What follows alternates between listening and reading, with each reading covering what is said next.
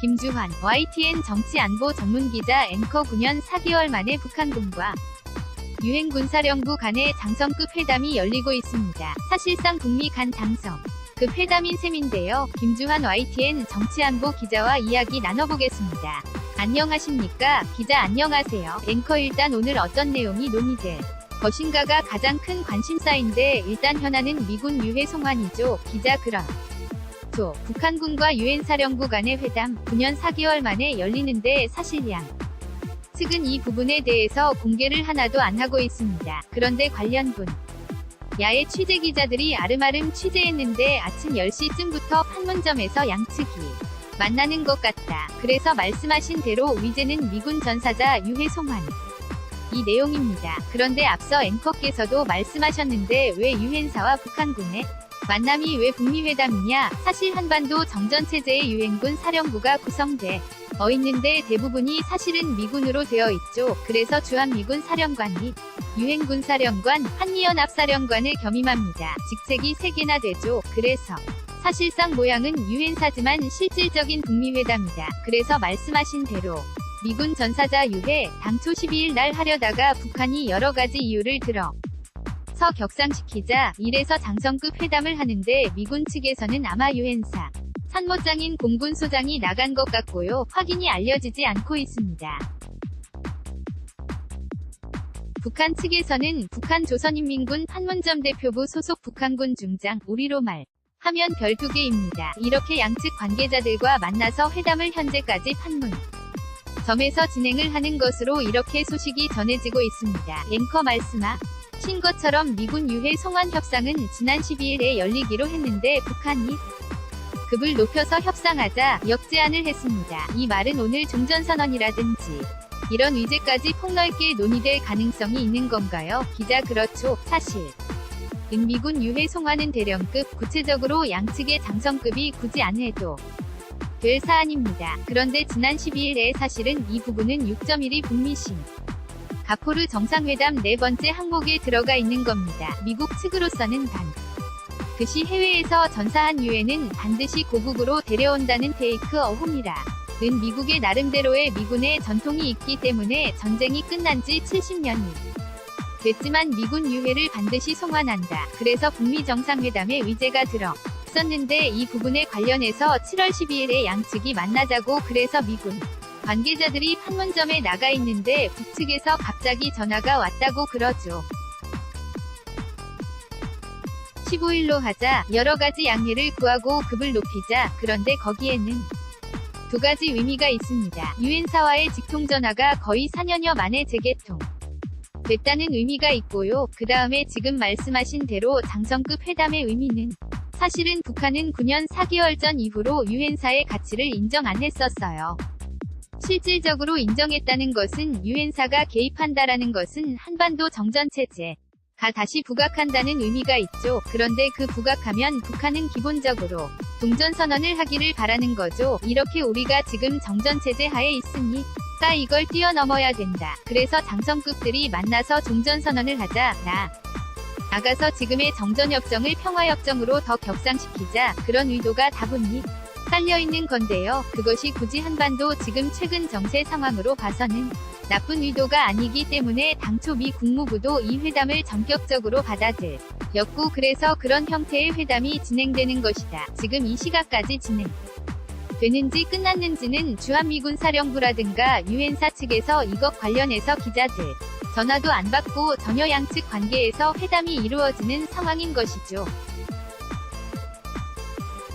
앵커 그러면 오늘 장성급 회담이 잘 결실을 맺으면 북미 간 대화 채널경 상까지도 희망을 해볼 수 있을까요? 기자 그렇죠. 그건 여러가지 양측이 공개적으로 언급하지 않는 부분인데 사실 여러가지 국내 전문가들이 정황을 보니까 사실 이달 초 지난 6일과 7일 1박 2일로 폼페이오 미국 무장관이 방북했는데 별다른 성과가 없지 않느냐. 그래서 미국 언론들은 한적 기사를 보도했습니다. 그러니까 결론적으로 말하면 4.27 남북정상회 담 이후에 6.12 북미 정상회담 이후에 한반도 비핵화 후속 회담이 굉장히 일사천리로 갈 줄 알았는데 지금 그렇지 못한 상황이 벌어졌죠. 그러니까 정지 상태, 답보 상태에 있었는데 어떤 형태로든 양측이 만남을 갖는 것.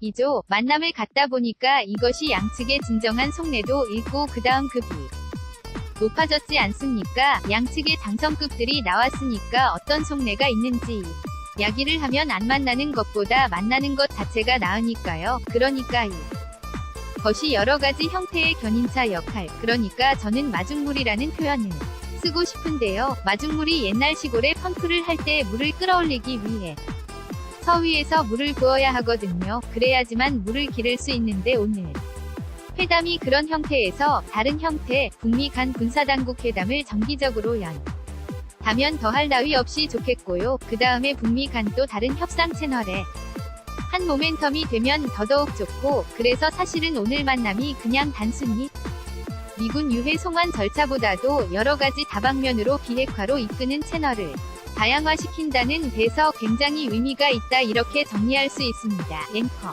이번 회담이 비핵화 협상의 마중물 역할을 할 것이다. 조만간. 그런데 미 후속 협상 이야기도 나오더라고요. 기자. 그렇죠. 지금 앞서 거듭 말씀 드리면 1박 2일 위 폼페이오 장관이 평양 방문 때 성과가 있었느냐, 없었느냐 논란이 있었지만, 물론 비핵화 관련 언급은 없었지만 그걸 하기 위해서 는 워킹그룹, 그러니까 실무회담, 실무진들끼리 여러가지 논의를 해야 하는데 이걸 하자고 했는데 우리 이도훈 외교부의 한반도 평화고섭본부장이 워싱턴을 방문해서 여러가지 미국 외교 관계자들을 만나서 워싱턴에서 한국 기자들과 한 말입니다. 국무부 내부에서 그동안 지연됐던 것이 구체적으로 한반도 문제를 잘 아는 실무진들이 협상팀을 꾸리고 이런 식으로 해서 거의 꾸려진 것 같다. 그러니까 이 부분에서 가속화돼서 곧 만남이 이뤄질 것 같다. 사실은 왜냐하면 거듭 말씀드리지만 폼페이오 장관의 3차 방북 때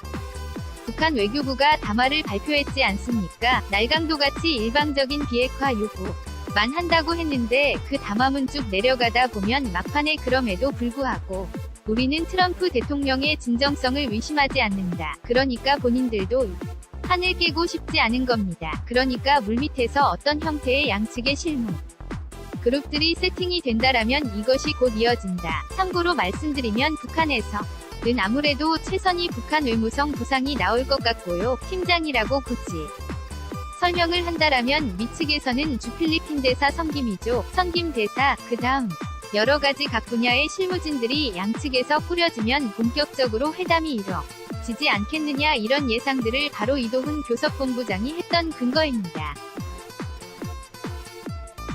앵커. 우리 문재인 대통령은 올해 안에 종전선언을 하는 것이 목표다. 관련해서 또 9월 유엔 총회에서 남북미 또는 남북미중까지 포함해서 종전선언을 하는 방안이 추진 중이다, 이런 이야기도 나오던데 이건 어떻게 전망하십니까? 기자. 그렇죠. 지금 남북관계, 한반도 정세 관계를 굳이 날씨에 비유한다면 날씨가 너무 더워서 휴지기에 들어갔다 밖에 나가면 움직이면 굉장히 덥고 힘들지 않습니까? 그런 상황에서 양측이 좀 휴지기를 갖는 데네 그 동력을 확보하는 기간이다. 저는 굳이 그렇게 표현하고 싶습니다. 왜냐 하면 지금 8월, 9월 굉장히 한반도 평화에 한 걸음 더 내딛게 되는 좋은 계기들이 있어요. 당장 남북관계 교류는 끊임없이 이어지고 있고요. 그다음 8월 15일이라는 것이 있고요. 그래서 청와대에서 공식 발표는 아직 없지만 국내외 전문가들이 예상하기를 그 즈음에 혹시 4.27 판문점 공동선 언에서 언제 한번 오십시오라고 김 위원장이 문재인 대통령에게 제의했지 않습니까? 그래서 만약에 문재인 대통령이 방북을 한다라면 8월 15일쯤이 되지 않겠느냐 하는 이런 예상입니다. 거듭 말씀드리면 관계당국에서 이 부분에서 대통령의 일정을 공식화한 것은 아닙니다. 여러가지 모멘텀을 정리해보고, 그리고 북한이 올해 가장 중요하게 여기는 북한 건국일 구정구 절이 라고 해서 9월 9일날 있고요. 그 즈음에서 종전선언 문제의 갈래가 터지면 김정은 위원장이 해마다 9월에 열리는 유엔 총회에 참가할 가능성도 배제할 수 없다. 이렇게 일련의 여러가지 정치적 일정상으로 봤을 때 9월이 한반도 평화로 한 걸음 나아가는 중요한 이정표가 될 것이다. 이런 근거들이 나오고 이런 계기를 활용해서 그 사이사이마다 문재인 대통령이 이른바 미 촉진자 역할을 하는 그런 계기가 되지 않느냐라는 이런 예상들을 현재로 더 하고 있는 것이죠. 앵커 그 모든 마중물이 이번 장성급 회담이 될 텐데 이번 장성급 회담이 북미 협상에 속력을 가하는 계기가 될지 지켜보도록 하겠습니다. 지금까지 김주환 YTN 정치안보 전문기자와 이야기 나누어 봤습니다. 고맙습니다.